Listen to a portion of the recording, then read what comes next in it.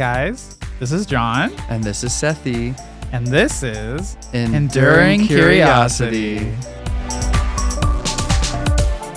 On today's episode, we talk about the bracket systems and game changers.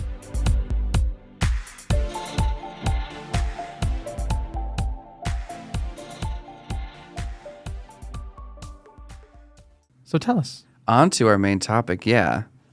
Let's talk the bracket system. Ooh. Including the game changers. Including some game changers. And so obviously, just for people that have no idea, currently Magic the Gathering officially has what they call a bracket system, which technically is in beta, but basically it's a way to categorize your deck by its power level, by its vibe, basically, so that you know what your deck's at and you can communicate to other people, hey, let's just say my deck's at a bracket 2. Okay.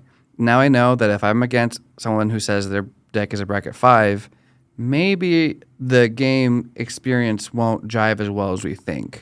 This is essentially, you're setting up clear communication so that way you both are playing decks that can keep up with each other, essentially. For sure. Before the brackets, because the brackets are relatively new. Yes. Maybe like a year old. A lot of people in the community would come up with like a 1 through 10 power level system, and there was nothing official about it. Some content creators would make some guides about how to categorize your deck, but it was so not figured out and so like vague in the sense that like it became a meme that everyone's like, oh, my deck's kind of powerful, kind of weak, so it's a 7. Right. And so, which is crazy to be like 1 through 10 and you're going to be like 7. So it's not like the It's messy because people are like, oh, well, a precon is fine, so that's a 5, right? And so it's like, well, if that's a 5, my deck's better than a precon and is a little bit more than just a normal precon upgraded too, so it's a 7. So it was confusing, and like if you think about it, people would say that like CDH was 10 and like lower power CDH decks, like the ones that are off meta, are 9s and stuff. And so it was really confusing because it's like, wait a minute. Just below CDH is 8, and you're saying you're a 7? Like, you really got to be a strong contender. Mm-hmm. So it was a mess. And another piece of history, and this is the drama. This is the tea that I wanted to share with you. Oh, spill it. So, obviously, Commander's been around for a long time. Yes. Decades. And it's a fan-made format. And so Magic, like the official Wizards of the Coast, didn't have any official rule sake on it. Yeah. And it was honestly pretty fierce that they eventually came around to making precons for it, because it wasn't even like set in stone like their creation. But the way that it was, obviously we had to have a ban list because there's some cards that are insane. And so the history behind that was that there was something called the Commander Rules Committee, yes, which is like a basically fan-made organization that would talk about the Commander format, have many different impacts on it. And there was also the CAG, the Commander Advisory Group, that would help with setting the bans of the format. And they lasted for a very long time, and I'd say their general vibe was like they didn't ban many things. I remember like the only main notable thing after a while was that they banned Golos, which is a 5-cost legendary artifact creature that would find a land to put into play. And everyone's like, oh, it just makes decks too samey. It had a Werq effect on it too. So it was a 5-color. It was like one of the first designs that Magic did of like, oh, it's for Commander and it's for anyone to play a 5-color deck and just have a dude that's 5-color. Right. And they banned it, which is actually pretty interesting in hindsight because we have so many 5-color legends now. It's like kind of confusing that if that same ethos would have applied. But anyways, what happened a couple of years ago, like 2 years ago, is that they decided to ban a couple cards. Yes, they did. Obviously, Nadu was problematic and crazy, and so it kind of incited everyone to ban stuff. And like, again, I think maybe at the time they probably, when they banned him, oh yeah, and I had him for maybe like a month or two, and I was like, started my baby. You're Nadu deck. He was the commander. He was the commander. We rooted for you. We were all rooting for you. I have never yelled at a card like this. Yeah. And when he got banned, I was like, you know what? I just have to respect because I know it's not like. Yeah, and it wasn't even like a commander focus banning because yes, it was banned in Modern because it was printed in Modern Horizons 2 or 3, I think. And it was just problematic because it led to very long, indeterministic combos. And so, like, we didn't even know if you'd win if you started going off. Right. But you had to wait, like, the 10, 20 minutes for you to take your turn in Modern, which is crazy because Modern is very fast. And so just take these long turns of, like, Shuko equipped to this random thing I just put into play. Okay, Shuko switched to this other thing. Shuko switched back to the first thing. Shuko back to the second thing. So it's like, it's a mess. Right. And so a lot of people hated it. And so they are like, okay, let's include it in the ban list. But I'd say more importantly, more pivotally, they banned Jeweled Lotus, which is one of the biggest hits in the Commander Legends set. And they also banned Dockside Extortionist. Didn't they ban Mana Crypt too? Or was that different?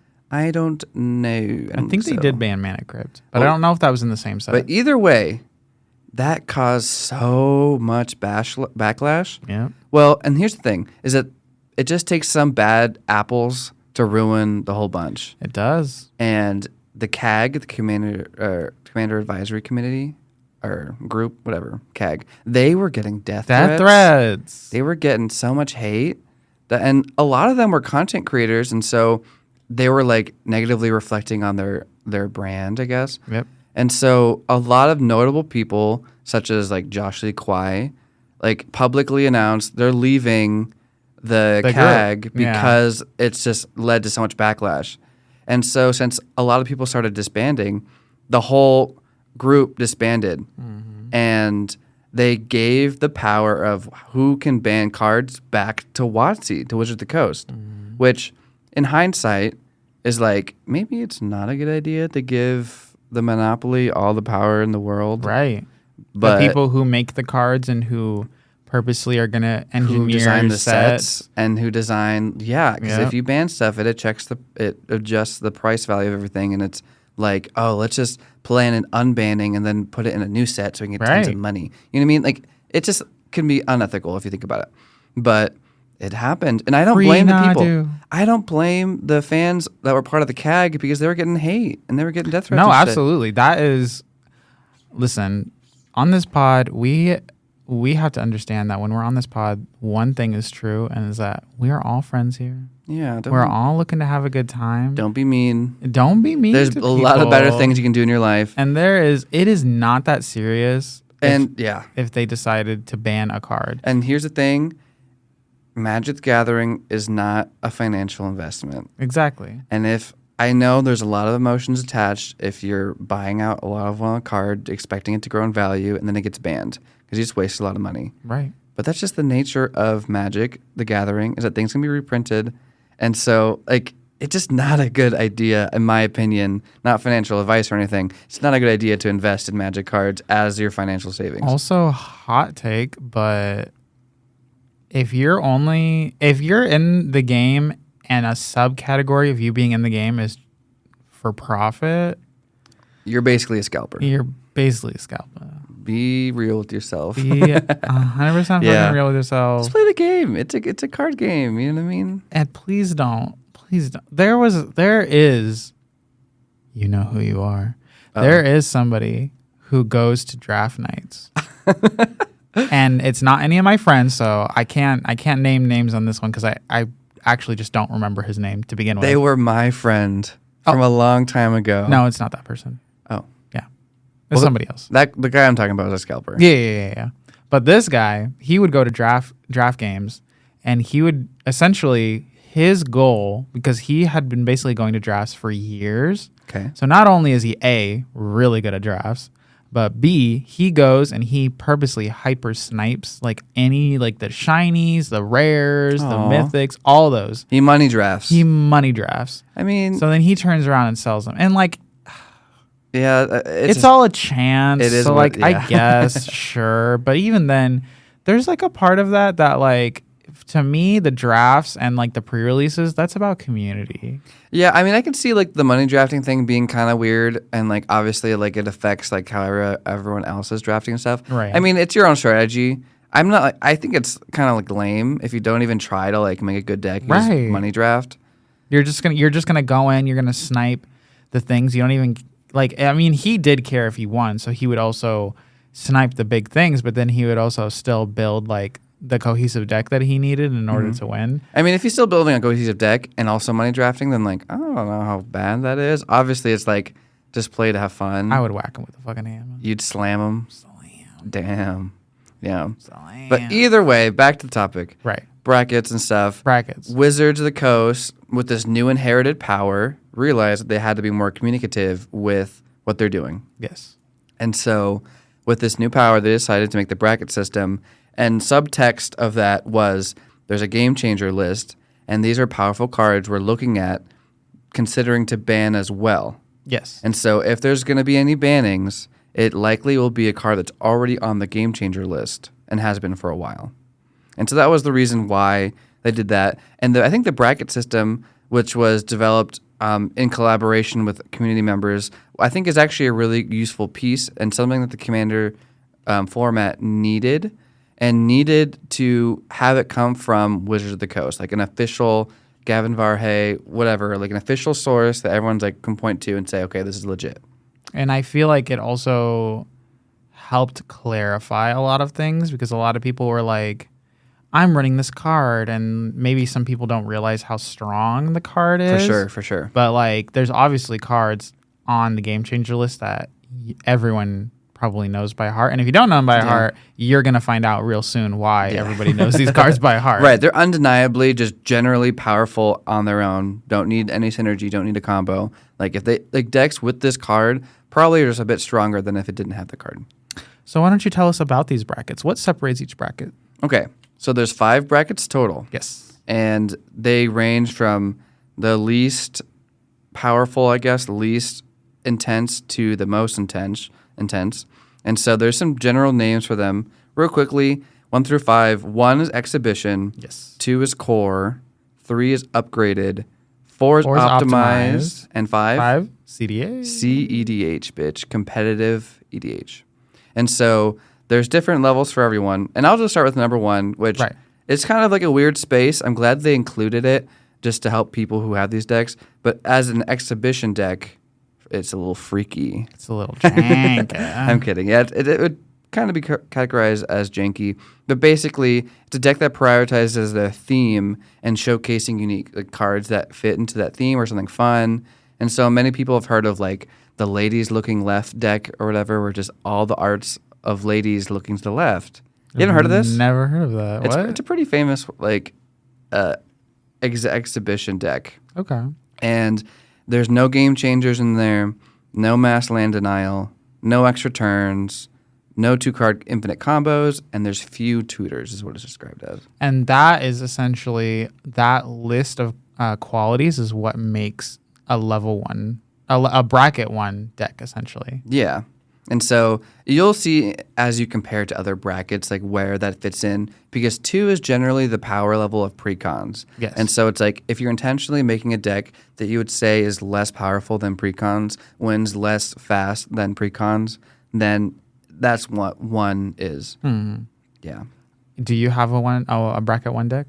I don't, and I honestly don't think I'll ever be interested in making a bracket 1 deck. I have a bracket 1 deck, I believe, with my House and Emerald of the Grove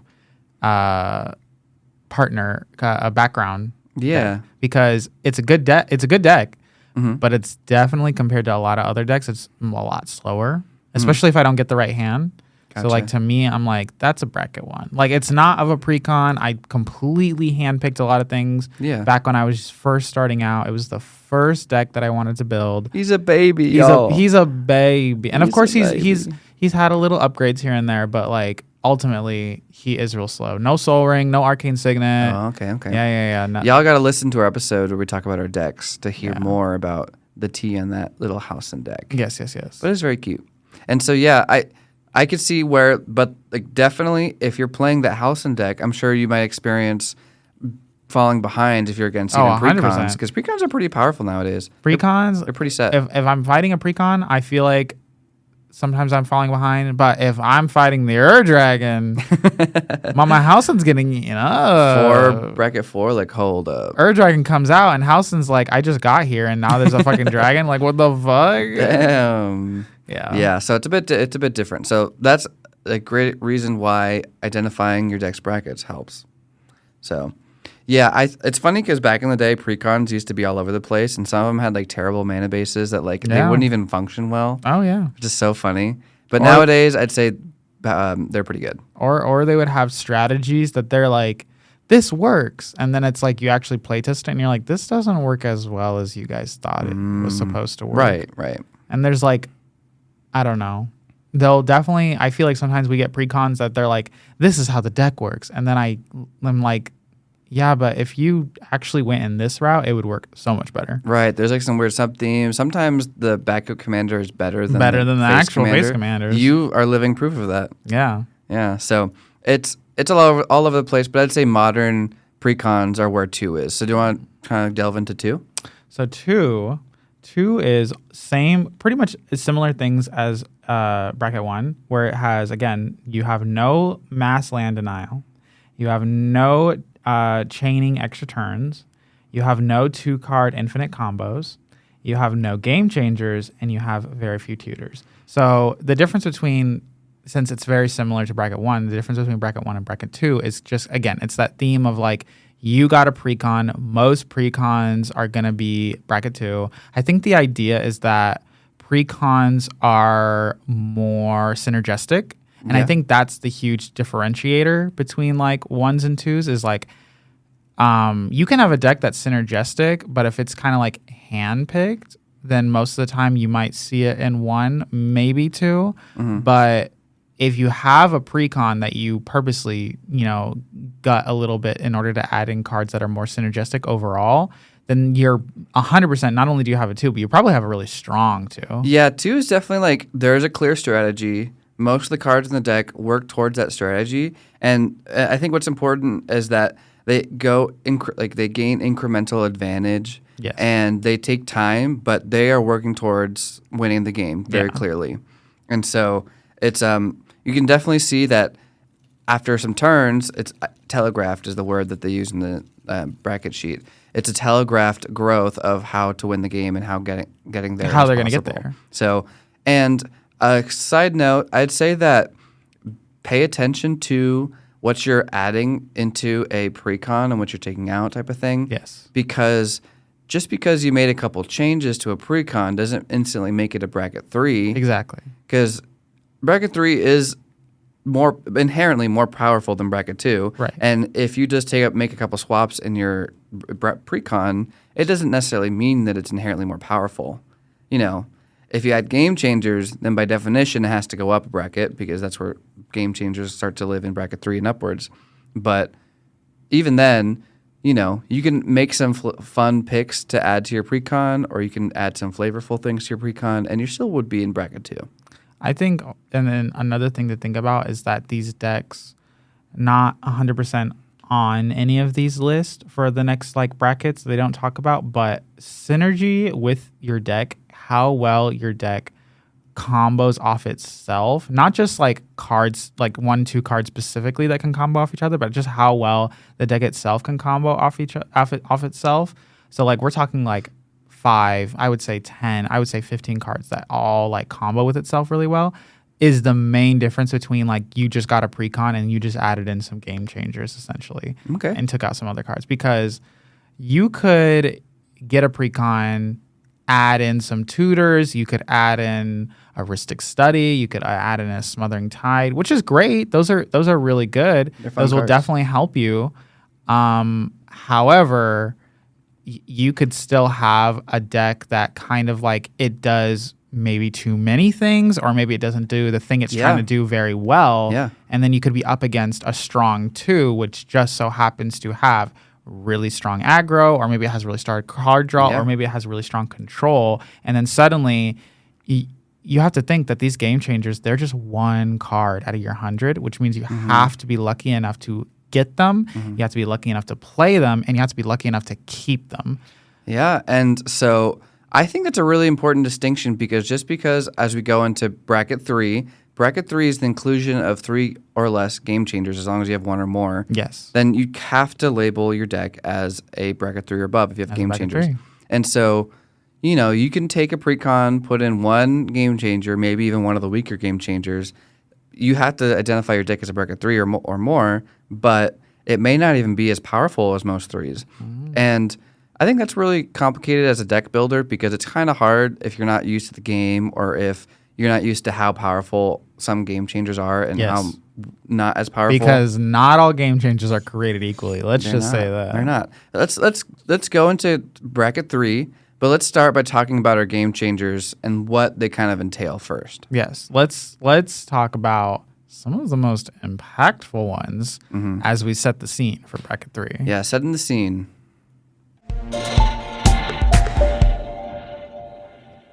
Enduring curiosity. Enduring curiosity. Let's talk game changers. Game changes. So brackets 3 and upwards have game changers in them, and it's a finite list of cards, almost 60 cards, and it can fluctuate depending on what they add or remove from the list here. Yes. But these aren't banned cards. These are cards that are legal in the format, but you can only have a certain amount of them for bracket 3, and you need to know and identify which ones they are in your deck so that you know if you have 3 or more. And then we have made a short list of our own, and this is going to be a mystery surprise on both sides. We made a short list on 5 top, in our opinion, game changers that are some of the most impactful and probably, whether or not they're played a whole lot, but they're just very impactful. Yeah. And there's one on my list that I definitely never heard of, never seen of, never heard anyone talk about it. But the fact that it's on the list, I'm like, why is this here and why is this not banned? Yeah. Versus some of the other ones where it's like, oh yeah, you'll definitely, if you're playing with stronger decks versus other people with higher brackets, this is probably what you're going to see the most often. Okay. Yeah. I do recommend you look at the list yourself at some point just to see the range of power we're talking about. Yes. Some are a little bit weaker than some of the most powerful ones for sure. Yeah. But yeah, we're doing a blind 1v1 of the most powerful cards. I mean, I'm hoping that we both threat assessed very well and to identify what's the most powerful here. But we'll see. Okay. All right. You go first. Okay. So when I was looking at the list and thinking, what are the 5 most powerful ones? I definitely wanted to include my 5th pick as something that's just inherently powerful because of the versatility. Right. And so my number 5 pick is Demonic Tutor.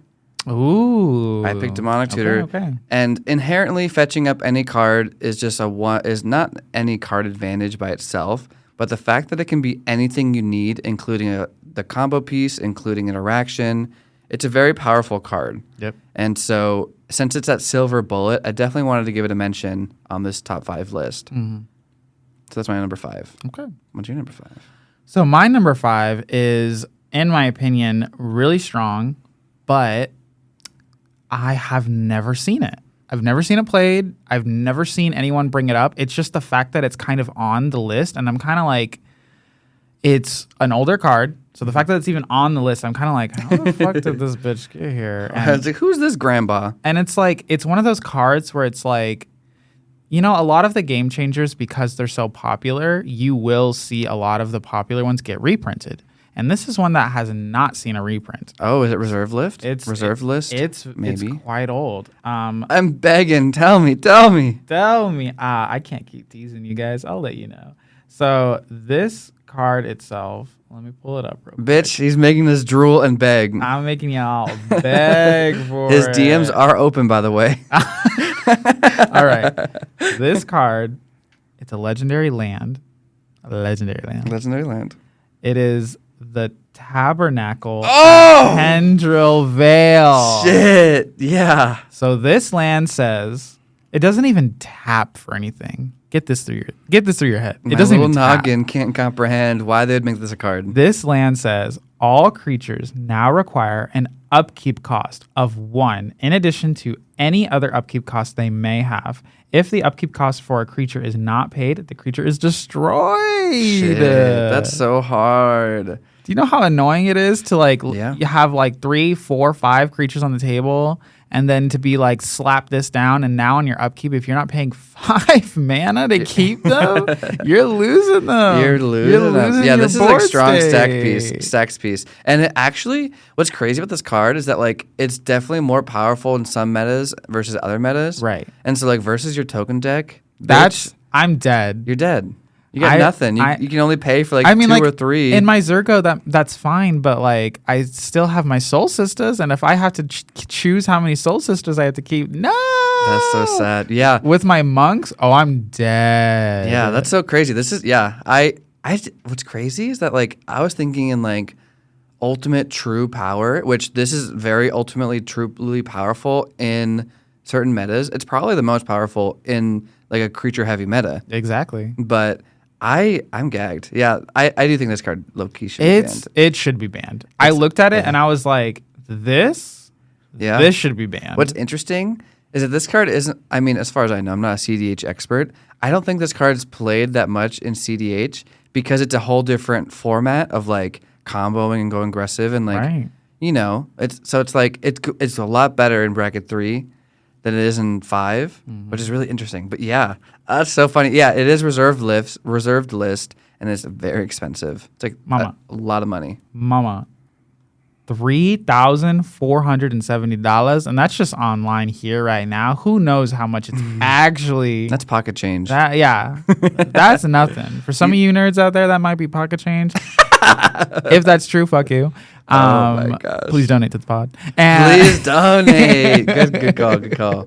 You're already listening. But that is, I looked at that card and I was like, fuck this card. Yeah, that's crazy. That is crazy. I guess my next pick, my number 4, kind of plays in this idea of it's really powerful against bracket 3s. Yes. And that's Cyclonic Rift. Ooh. You might have had this on your list too. But inherently, the fact that it can take away everyone else's things, I think is really good as a game-winning effect. Yeah. Because if you have a couple creatures in the field, if you're about to win and you just need to get rid of everything, it's so one-sided and powerful and at instant speed that I think it's worthy enough to be on here. Oh, yeah. So I think everyone and their mother knows Cyclonic Rift, but in case you don't. It is a 2-mana instant, return target non-land permanent you don't control to its owner's hand. But the kicker, not literally kicker, is Overload. It has 6 and a blue where you can change the target in the text to each. So each non-land permanent you don't control is returned to their hand. So essentially you have to pay 7 extra mana. Yeah, 7 mana total. For 2 blue and like 7 colorless. And you have to pay that. And you can return each non-land permanent to everyone's hand. Yeah, just 7 mana and you put everyone behind. That's crazy. So, yeah, I think it's one of those things where it's like people have to respect it. And I think also the fact that it's really popular adds to its power because if you just leave up 7 mana, people are scared. Oh, yeah. People will be like, oh, shit. You're scaring somebody. And you can threaten it. I love to be political in that way of like, I got 7 mana. You sure you want to be developing a board? Hey, if you don't attack me, nothing might hurt you this turn. You know what I mean? love playing that game too. I love the politics side of it too. So, but I think it's just a bigger presence, and that's why I gave it a higher priority in my list. Okay. What's your number 4? Okay, so my number 4, out of all the cards I have, we'll go with because I did get one of almost every color. That's cute. Spoiler alert. Take a guess about which color you think didn't make it. Bitch, I already know. You already know, but for our audience, take a guess. Take a guess who didn't make it. I would like to now go to a green card called Survival of the Fittest. It's a 1 and a green. It's an enchantment. It is an older card as well. And it says, pay 1 green, choose and discard a creature card. Then you get to search your library for a creature card, reveal that card to all players, and put that in your hand. Shuffle your library afterwards. So as far as you were talking about tutors earlier. Yeah. This is a wonderful tutor. This repeatable. This is a worldly tutor that you can continuously pop out. But here's the thing. Not only is it a tutor for cards, and yeah, maybe you're getting rid of like a weaker card for it, but in certain decks where maybe you've got some graveyard play, some discard play. It could be upside. It could be upside. This could be a huge upside. Like discarding nowadays, there's so many. You don't even have to be in green 100%, like a whole bunch, but like there's so many cards that right. Black's really good at reanimating. Black's really good at reanimating. Yeah, there's other strategies. There's other strategies that you can do as well. Yeah. So like there's so many cards that you can like discard something and still get huge benefits out of. So like this card is really, really, really good for green, especially. Like this is a powerful card. The key, I think, is that it's repeatable. And so like you can craft your hand to be basically any creatures that you want. Yeah. And that's really good. I mean, obviously, as you go up in power level, more combos, you can grab your 2 combo pieces and be like, ba-da. Yeah. So definitely powerful. Very powerful. I'm glad Very you included that. Yeah, as you said that you have multiple colors on your list, I'm like, my whole list is literally just 2. See, this is the thing, is I was looking at it and I was like, obviously, when you look at game changers, you start to see, oh, guess who has the most game changers? And it's literally pinballing between 2 colors. Yeah. So I mean, I'd say this is a whole another podcast topic, but I'd say inherently probably blue is the most powerful color in Magic as a whole. it's been dominating for a while. It's very powerful. I like that in Commander its power is lessened because it's like a different format and stuff. Because obviously counter spells, one of the only ways to interact with spells in the stack. Yep. And that's most of the counter spells are only good in 1v1 or are significantly better in 1v1, so that's why. But we'll have another episode about that. So my next card is, my number, we're on 2? Mm-hmm. My number 3. My number 3. My number 3. I'm sure you have this on your list. Number 3 is Rhystic Study. I do have that one. Yeah. We do share that one. We share Rhystic Study because it's a very powerful card in the sense that the card advantage is undeniable. Card advantage wins you the game, and spoiler alert, my top 3 cards are all card advantage cards. Because I think card advantage and fast mana are the 2 most strongest things. I think that's my only card advantage card. Yeah, I think card advantage. Well, okay. And mana. Okay, that's not 100% true. But I don't know if I would consider one of the cards I have to be card advantage. We'll get there. We'll get there. We'll get there. And I'll educate you. Educate me. But Rhystic Study, in case you've been living under a rock, is a 2 and a blue enchantment. And whenever an opponent casts a spell, you may draw a card unless that player pays 1. So I'm sure you've heard, do you pay the 1? Do you pay the 1? Do you pay the 1? Do you pay the 1, bruh? Yeah. So in 4-player games, you're drawing a lot of cards. Everyone else is at least casting 1 card a turn. Yes. And so there's already 3 different opportunities for you to draw cards on average. On average. And so that is Ancestral Recall. That's one of the most powerful cards in the game. Oh. Right? Is drawing 3 cards. Is it? Yes. Black Lotus. Sorry, is it? Oh, is it? Is it? Okay. You're funny. But the fact that you get so many cards helps you draw into, let's just say, your fast mana pieces too. Right. That's why I think it's a little bit better than, I had to put it higher up. Helps you draw into fast mana, helps you draw into more options at the game. Having a bigger hand is a threat that a lot of people don't even realize. Because then you have the most options. You're most likely to play the best thing at the best time. Yep.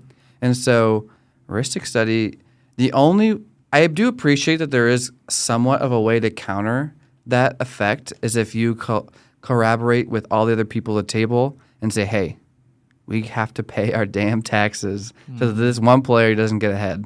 Honestly, I'd say it's remove on site because having to everyone pay an extra 1 on all their spells is putting you off curve. Yeah. It's making it really hard to double spell. It's slowing you down just so one person gets less cards, which is crazy. Right. Everyone else slow down. And then imagine you have multiple people who playing multiple Rhystic Studies. Oh, shit. Mama, I cast Gun, and you're losing that card. Ka-chow. Ka-chow. That's funny. But yeah, I'm glad that we both have Rhystic Study on our list. I guess that's your blue card. But it's just really strong, and it makes people really have to change how they're playing, or else they're going to get lost in the card advantage that their opponent's having. And not only that, but again, these are game changers. They're really meant to change the game. Yeah. Any of these game changers, when they're put out, they're going to make you a target on your back. But Yeah. especially if it's a game changer that makes you a target not on just your turn, but everybody else's turn. Mm-hmm. If you're getting value on other people's turns, you will immediately be like targeted so quickly. And that's the thing, is it's game changing. Everyone at the table, as soon as this is cast, has to realize, okay, we need to address this threat in the room, and we need to change what we're doing ASAP. So Like maybe this person doesn't have a good board right now, but they just put out a heuristic study. So they're about to catch up, maybe even exceed where some of us are real quick. they can find their board wipes a lot faster. They can find their interaction pieces a lot faster. That's scary. So that's my number 3. And then I'll you know what, with my other pieces, I'll equally say that's my 3. Okay. So I'll move on to my 2 then. Okay, you're switching it up for me. Thank you. So I'll move up. So moving on to 2, this one, and maybe you have this on your list, but I don't know because you said card draw. Opposition agent. Oh shit! You put this in your top 5? Yes, because This one's mean. this one is a mean card. There's another card similar to it that's in Demir, but that one is Notion Thief. Yeah, And that one's mean. it's 4 mana and it's a little bit higher up in the cost. It's a little bit higher up in the cost, but this one is still pretty nasty. So Opposition Agent is 2 and a black. It's a creature. It's a 3/2. It has flash, which is very important because it essentially says you control your opponents while they're searching their library. This guy just got a reprint, and so he's gonna be back. As so a game changer. But yeah, he steals what you get to search for. Basically. So you control people while they search their libraries. There's more, mama. While an opponent is searching their library, they exile each card they find. You may play those cards for as long as they remain exiled, and you may spend mana as though it were mana of any color to cast them. Right. So you're controlling what gets found, and so you get to pick what. Let's just say they're doing a survival of the fittest. Yes. You get to choose A what. demonic tutor. Yeah, you get to pick what they grab, and you get to cast it. Yeah. And so, And then everything strong. else they looked through, guess what? You Yeah. get that too. Bitch, you want to hear the gag? Fetch lands. Fetch lands too. You steal their land. You steal their land and everything else they look for. You say, "Oh, fetch land." In response, in response. I'm gonna grab that land instead. So not only do you not get the land, but also I've just stolen some cards from you, and I might have stolen some of your game changers. Yeah, it's very strong. It's a mean card. That's why I was like, Yeah. no, this is going on my most impactful because when this card is played, nasty as fuck. It's mean. Have you seen it at a table? I have seen it at a table. Oh my god! Because the trauma is why you put it on your top 5. Because I don't remember. I think it was in a deck that Tristan had. Oh, It's definitely in a deck he has. name their names. Tristan. Oh, Tristan. And I We love also you. believe, I can't remember 100%, but I also believe Kerrigan has one too. Oh shit! I can't 100% remember, but I think she has one too. Well, that means they're playing at least bracket 3 or higher. And They're definitely playing so higher. they got to identify that they're doing that. Mhm. And so, yeah, it's a mean card. I wouldn't have put it in my top 5 just because it's kind of situational. And like it's a one-time thing of like, okay, now that we see that their opposition's agent is out, that's the last time they're going to get a free thing. Like, Right. I'm not going to fetch anymore. I'm going to not tutor anymore. I'm going to pay attention. Right. But yeah, it's mean. It's so mean. It's just nasty. It's nasty because if it was Notion Thief, because Notion Thief is like if somebody else would draw a card, you draw instead. Yeah, you steal the draw. Which is nasty. Yeah. But not only am I saying, not only do you not get the thing you're looking for, but also any cards you looked through in order to find that card, I'm stealing those too. That's extra salty. I know, that's mean. Because imagine you're looking for one card and you just went through 80% of your deck to find that. Yoink. Yoink. And Like, I may now cast 80% of your deck. You could steal their win con. You could steal their win con. But to say they're tutoring for their win con, you're like, actually, I'll take it. And I think what's so funny is that, well, one, mini funny. Well, one, it's also not funny. That is very salty. That is very salty. It's kind of for you to be like, I want to find my WinCon, and then be like, you mean my WinCon? Yeah, I mean, it's mini funny that you get to like learn what their deck is. Like you just get to find out all their content of their deck. But it's funny that you can. I mean, it's not funny. I'm sorry. I'm sorry about your trauma. I'm not trying to ridicule you. It is not funny. You're like, when you're up against that, you're not going to be laughing. And it's not even like, thinking back on it, it's like this includes any artifacts that find you land. This includes any enters abilities that find you something. Like, see, landers aren't as good as we thought. Landers are not as good as we thought because they can be countered by opposition agent. Fuck that bitch. Fuck that bitch. Yes. Okay. That's a salty card for sure. That's a salty card. I agree with you. That's a very salty card. Very salty we should talk salt in another episode. Yes. My number two is... Who's your number two? The One Ring. Ooh. The One Ring. That's a good one. And actually a relatively newer card on the Game Changer list. Maybe I'm just a grandpa, but... I mean, I guess for you, it's been around your whole career. I'm sorry. Your whole career? Okay. Yeah, it's only been around. Go on, Grandpa. It's only been around maybe 20% of mine. Tell us about the card. So the One Ring, obviously from the Lord of the Rings. Lord of the Rings. 4 mana cost, all generic mana. It's a legendary artifact, and it's indestructible. Yep. Good try trying to get rid of that. When it enters the battlefield, if you cast it, you gain protection from everything until your next turn. Everything. So I'm not going to lose. Everything. And there's ways to still make you lose. But for the most part, I'm not going to lose. And at the beginning of your upkeep, you lose 1 life and put a burning you lose a life for each burden counter on it, which plays into its tap ability. Put a burden counter on the One Ring, then draw a card for each burden counter on the One Ring. So pretty good. More card advantage, which is good. It's protection, so basically it's free to just play it and relax. You know what I mean? Especially if you have a way to blink.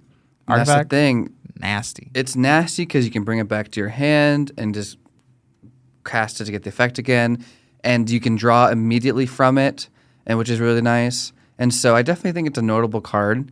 I could see how in certain metas it might be less or more powerful. And so I guess it's probably my most controversial pick on my top 5. Okay. But it's strong, and I could see it getting banned, honestly. It just goes in every deck. And that's the thing. Colorless, that's a strength that I forgot to mention. Since it's colorless, it can go in any deck. And so it's basically why not put it in every deck? Mm-hmm. And so that's frustratingly powerful. I don't like when there's that monotony in games, but it's strong and it protects you.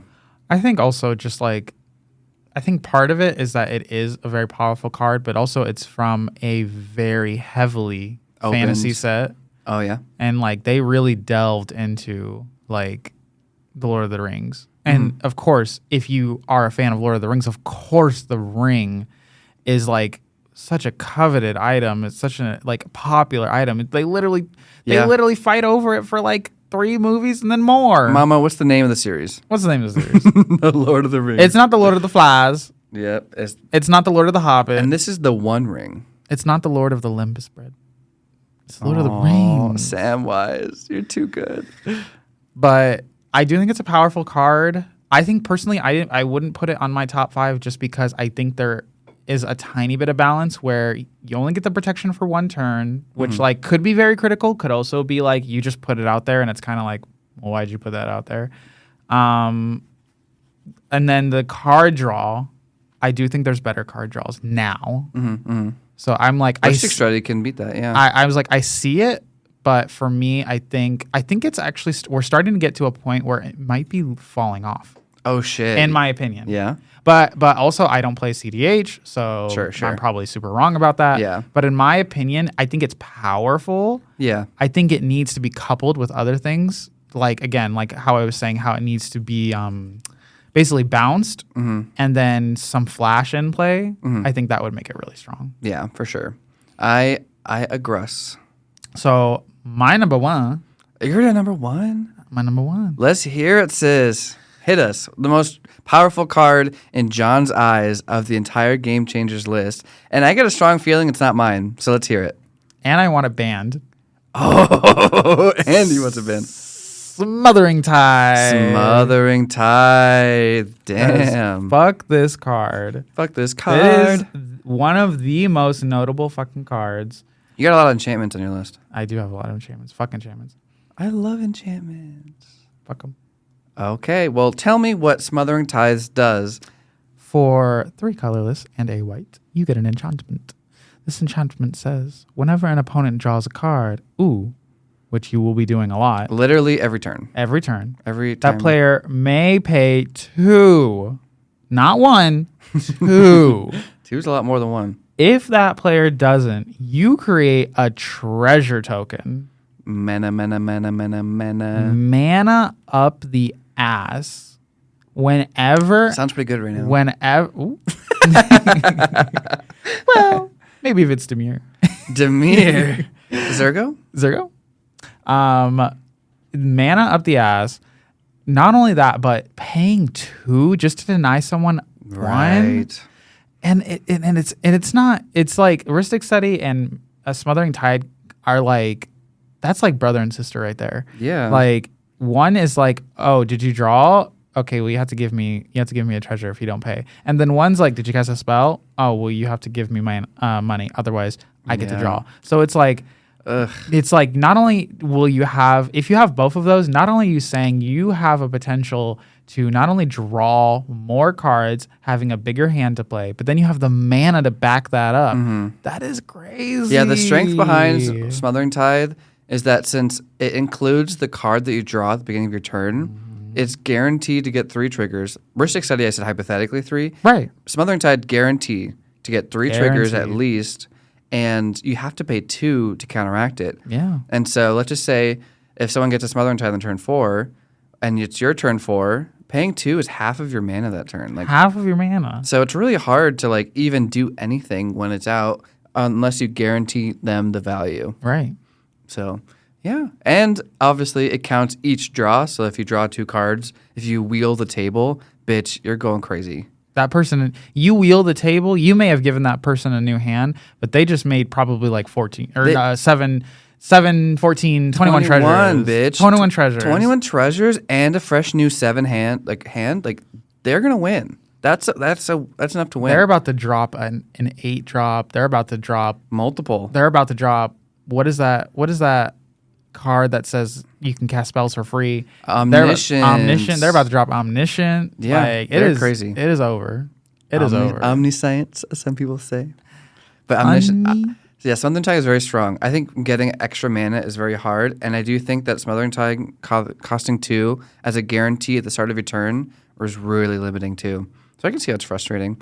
And y'all play in your bigger pods, like your 5-6 player pods. So like that card's bonkers in that. That's actually like I would house rule that band if it were playing in 6 people pods. Like that's not actually. I'm like fun. I would be like Ristic Study, Smothering Tide, get those bitches out of here. I do not care if you want a fast game, get those bitches out of here. So I don't. Well, my number 1 is really spicy. I definitely wanted a spicy pick. Is it? I mean, the fact that it wasn't even on your list is crazy.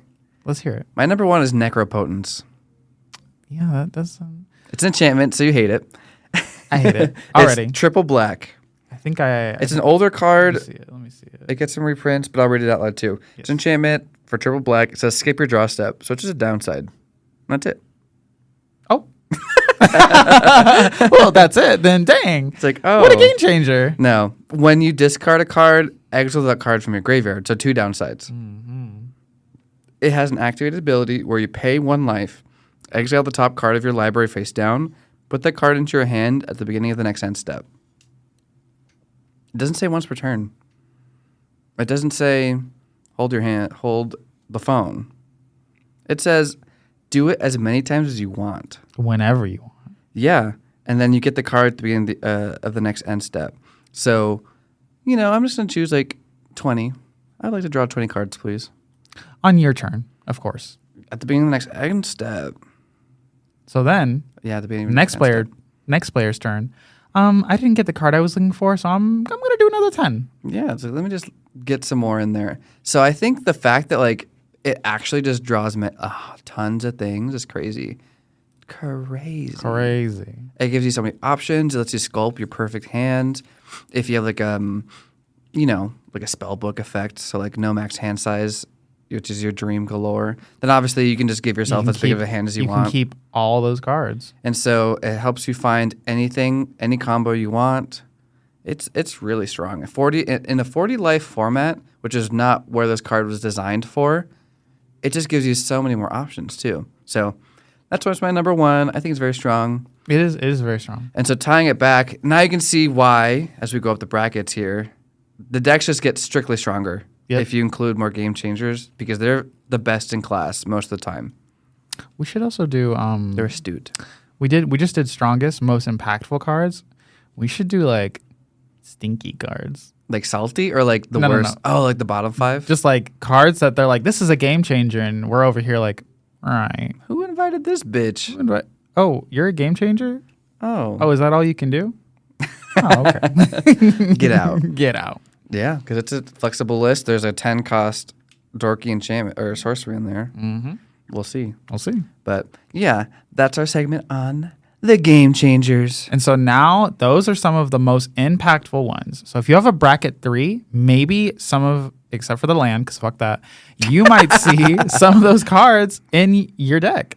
And the thing about that is, again, bracket 3 is specifically only up to 3, right? Yep, bracket 3 is only 3 game changers. But having Necropotence, having Rhystic Study, having a Smothering Tithe. So if you're playing Esper, fuck you.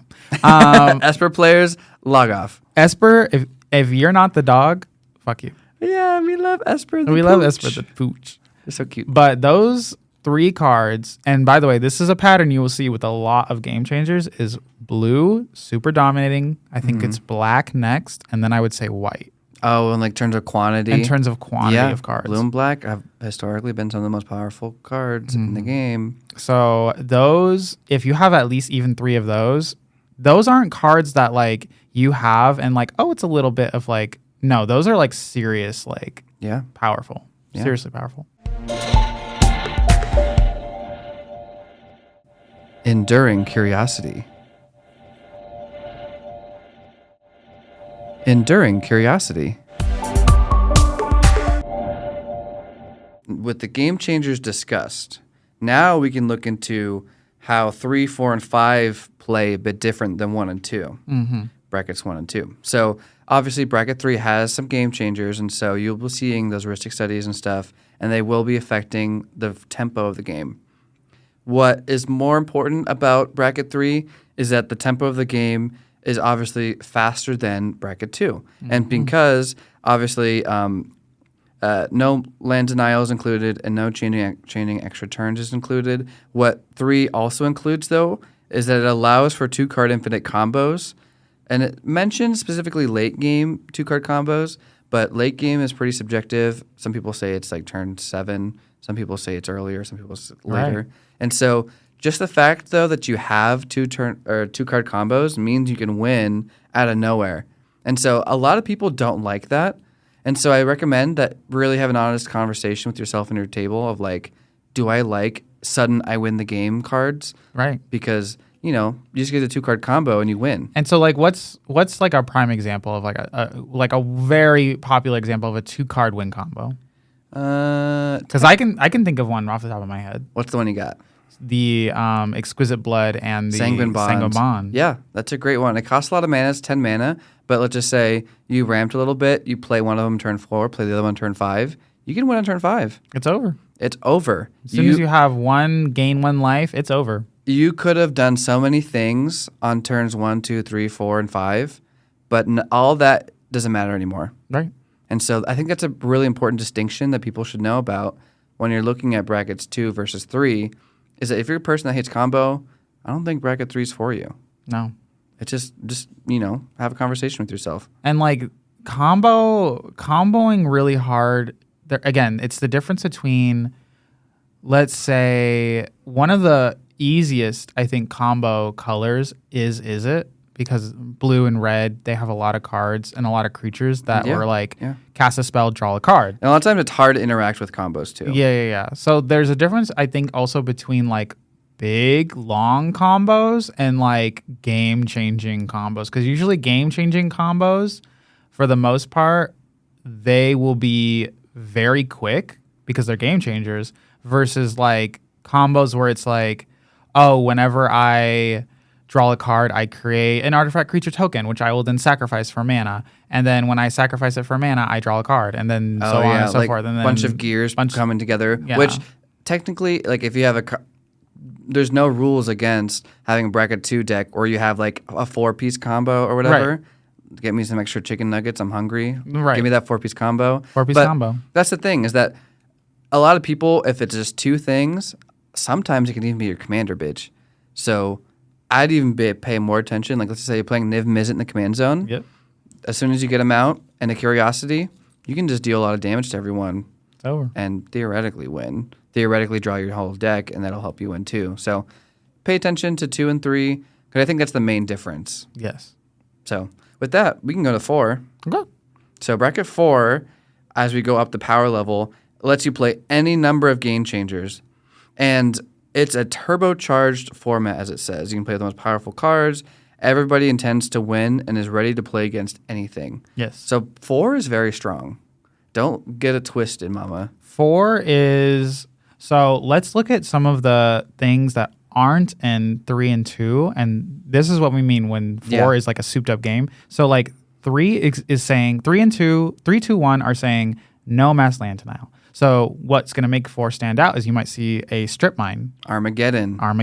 All lands destroyed. You will see stuff that you're like, oh shit, can my deck even work anymore? Mm-hmm. Can my deck even work anymore? You will see no chaining extra turns. There's probably a few spells in there that they not only when they cast it, they're going to be able to replicate it, or if it's going to be an ability such as I can't remember the card, but it's like sacrifice 5 artifacts, take an extra turn. Sieve. There Time you sieve. go. Yeah, Yes. there's So ways to they do have that they have an repeatedly. effect like that. So you activate that. On your next turn, you make 5 more. Yep. Activate it again. Activate it again. Activate it again. Anything like Eternal Witness combos where you can just blink an Eternal Witness, which buys back a card from your graveyard. Yep. Lets you just cast another one. Yeah. And so, that kind of play pattern for a lot of people is really boring too. And actually, that's a common trend between mass land destruction and this chaining extra turns, is that it just makes the game come to a grinding halt in terms of if we're going to win. And that's just the nature of bracket 4. Sometimes that can happen, and it's allowed there. Okay. Yeah. Be ready, folks. Be ready. Any number of game changers, anything. Number 5 is CDH, which is a very complicated beast, and I think that it's also just as bracket 1 was included for like the weird decks that kind of like live in their own space. I'd say bracket 5 is similar, but on the opposite end of the power scale. They're both super extreme in their sliding scale. They try to win as fast as they can. They should be. They try to win as fast as they can, and it's no hold bars. And a lot of times, the CDH decks are built with the meta of CDH in mind. Actually, I'd say all of them are. And so, you'll see cards that like, oh, why would you play, this card when it isn't that good in bracket 3? Well, because it's amazing in bracket 5. Yep. So it's a whole different beast. I mean, like Spell Pierce is a great example. It's a 1 blue that counters an instant or sorcery unless they pay 2 generic mana. In other brackets, people have a lot of turns to get a lot of mana, and let's just say they play something. Well, maybe they have the 2 mana to pay it. In CDH, it's highly unlikely that they have the extra 2 mana because they're trying to play the things as fast as possible, trying to win as fast as possible. Trying to get as much onto the board, little room for mana usually left up. They are getting everything on the board because it's more about the enters. It's more about the combos they can do off that card. And they're going to be eating up that mana. Yeah, and so it's a different beast for sure. And just know that you're not going to accidentally stumble into CDH.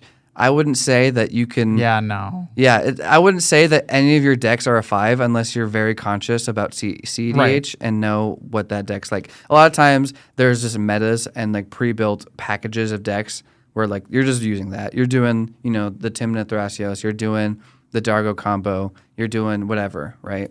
That's your whole deck's plan. Right.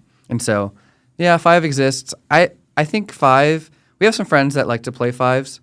I know of one that plays a 5. And it's just one of those things where, like, if you're playing a 5, please don't play with people that are not in bracket Say 5. their names. It's David, right? Yes. Yeah, David's our little tournament CDH grinder. Which, Well, he has a commander as the game changer. oh, right. There's some commanders that are. Yuriko, which she's cool and fun, but by definition can't be played in 1 or 2, bracket 1 or 2. She cannot. She cannot. You know, but the facts are facts. Facts are facts. And if you have her automatically, you are in bracket 3 bracket 3 and up. Yeah. Now, so. it could be a horrible deck, but you're still in bracket 3. So definitely educate yourself on the list, people. And one big reason why this exists, the bracket system exists, is to help your pregame discussion. When you have game changers in your deck, you technically don't have to reveal which ones they are, but you do have to say, I have 3, or I have more than 3. Right. And so it's part of the conversation. And I recommend you should also look at the bracket system's other discussion points and say, oh, my deck doesn't have extra turn chaining. Right. My deck doesn't have mass land destruction. My deck doesn't have alternate win cons. Oh, bitch. We need to have an episode about that because I know you have spicy takes. I have spicy and I high takes. key disagree with you on a lot of them. I hate all of them. Felidar Sovereign. I hate. I play that boy. Revel and Riches. Hate. Oh. You're about to bite them off. You're a little chihuahua. I was given like Mastiff and you're given... Gonna chew that card out. Headphone listeners, if that chewed your ears off, I'm sorry. But let me chew something else. Oh, let him chew something. Oh, she's gnawing on the old gnaw bone. Old gnaw bone. I'm young gnaw bone. Thank you very much. That's not what they told me. Oh. So, real quick. Also, I think one last thing I want to say about moving to our end step. Moving to our end step. Mm-hmm, mm-hmm. One last thing I want to say about the bracket system in general is that I do think it is a much more organized than what the power scale was before when it was like 1 through 10 because it was all over the place on what could be what. The bracket feels a little bit more optimized. However, I do think there's still some room for improvement though. I could talk a lot about this. And so I do think it's important to note that this is a system that was made in earnest attempt to help pregame talk. And I think it's a very good step, but we still need more. And this is the thing, is that you're a human being. Well, I hope you are. Aliens in the crowd, shout out to you. You're a human AI being. bots, though, you're banned. Get out of here. Don't do not listen to the Don't do it. So when it comes to our pregames talk, try to like actually discuss more about your deck and don't be afraid to communicate about the things that you don't like or do like. Right. We have some friends that hate counterspells. We have some friends that hate board wipes and stuff. And so, just be honest with them like, hey, I'm running counterspells. Hey, that's the big theme of this deck is counterspells. Right. You know what I mean? Just like, it doesn't hurt just to communicate with other people. They're your friends, hopefully. And you want them to stay that way. Right. So let's be nice. And the bracket system is just a starting point. And I think it's helpful that it is a confined little explanation of things. We just spent an hour talking about it, but it's still relatively combined compared to the additions that, for example, I would want to include to it. Right. Because I do think there's more to the story, but I do appreciate that this is a consolidated little package. Even like a little infographic is very popular of just explaining what this is with the Game Changers list. Yes. But I do think you should communicate more. And that's another thing too, is that like Commander is such a game where the communication can be so varied because you can communicate, it's like a game within a game because the communication itself is a game. Yeah. Communicating who you're going to be attacking, communicating I have a threat, communicating don't attack me or else. There's so much to communicate and there's so much to not communicate. It's about knowing when and where to communicate. But ultimately, when you are playing games, I do think you should be communicating about like, hey guys, I have a game changer. It's Rhystic Study. I have a Rhystic Study in my deck, just so you're aware. Now, granted, you might not see that card in the game, but I still think it's important to let people know. Yeah. Similarly, hey guys, I have a Thassa's Oracle. Werq. which is on the Game Changers. It's one of the alternate win cons, but it's a very popular alternate win con. And honestly, it kind of tells a lot about your deck and what you're doing. Because no one's just playing like a casual Thassa's Oracle and be like, yeah, she just Christ too. No one's playing a Felidar Sovereign and being like, I wonder if they're a +1/+1 counter deck. Like, no, it's gonna be a life gain deck. I play at my +1/+1 counter deck. Does it have life gain too? Yeah, it's also life gain. Okay, I thought so. I just want to be messy. But yeah, I mean, totally discuss about your decks and stuff. And what's hard about the communication side of things is that sometimes you're playing with people that, I mean, first of all, you taking the step and listening to this podcast just shows that you're trying to learn and better yourself about how the game works. Specifically this podcast. Only us. Only us. But there's people that just are new to the game. Maybe they don't know the Game Changers list. Maybe they don't know what a pregame talk entails. Yes. And so you got to be mindful of that and make sure that you communicate ahead of time. Like, hey, you know, I play Mass Land Destruction in this bracket 4 deck. And that means that you're going to be screwed on your mana, which is probably something a lot of people haven't even experienced. Oh, yeah. And so, you know, I think it's important, especially like you want to make sure that if you're playing higher, powerful, more stronger archetypes in games, that your opponents to you are also on a similar level to that, so you have a fun, fair game. Yes. You know, if someone's playing bracket 4, someone else is playing the rest of the team is playing bracket 2, well, then it's not going to feel like it's an equal footing from the start. Yeah. And so those games are less fun for the average person at the table. You know, it could be really fun for the pub stomper.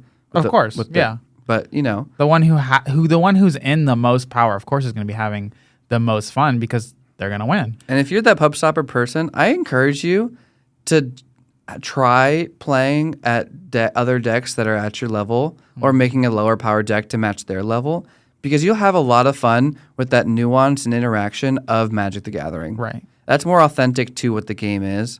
Also, it can cause a lot of strain to only be playing those high-powered decks, and that's the only kind of decks you ever play, because then you have to find people who want that. Yeah, I mean... And like, it's possible to find that, but, like, you could also, like, you know, like, again, it's a lot about communication, it's a lot about understanding, and, like, if someone is able... Again, we talked about emotional bandwidth before. Yeah, you know, previous like, episode. Previous episode. Talking about emotional bandwidth, playing these high-powered games, and then going into a game expecting I'm going to do this one thing so I can win, and then not only you're playing against other people who maybe they're also playing high-powered decks, and then they stop you, and then they win. You got to be able to be like, okay, you know what? Yeah, no, you beat me with your high-powered deck, and that's fair. And also realizing... Is it fair?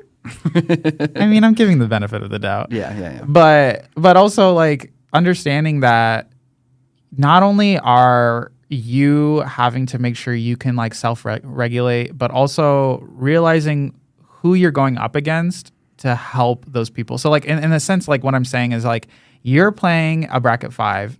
Everyone at the party, you know they just got precons. You know they're playing round bracket 2. That's mean. So you know that when you're going into this, not only do you know that you have this severe advantage, but none of your friends or people you're playing with are going to feel good about playing against a super powerful deck.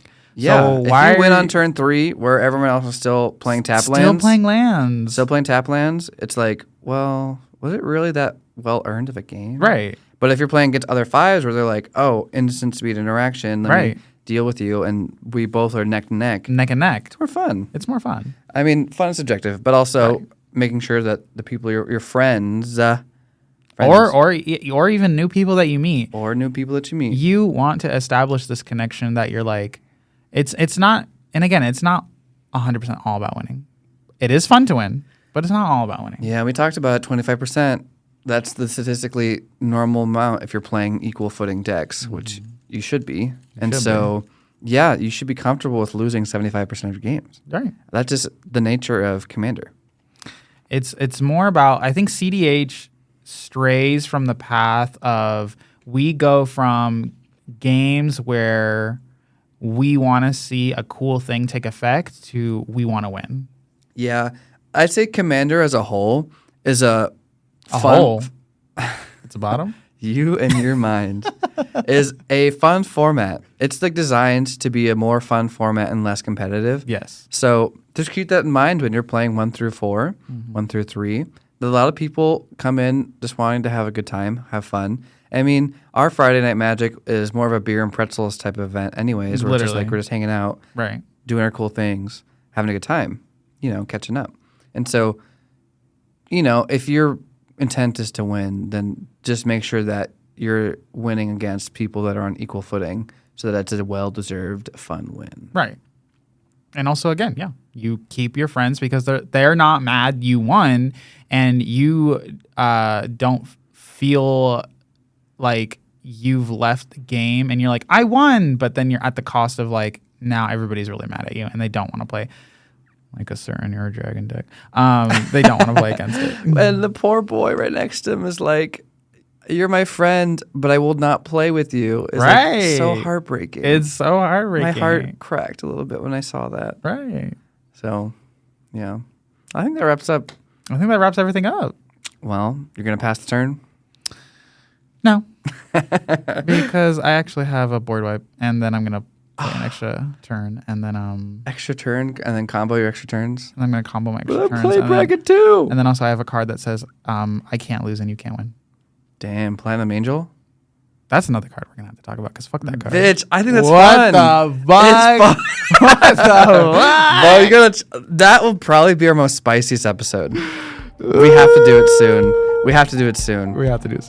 All right. Thank you guys so much for listening to the pod. Bye, cuties. We'll see you soon. You just listened to Enduring Curiosity. Feel free to check out another episode. And this is your host, Jon and Sethy. Bye.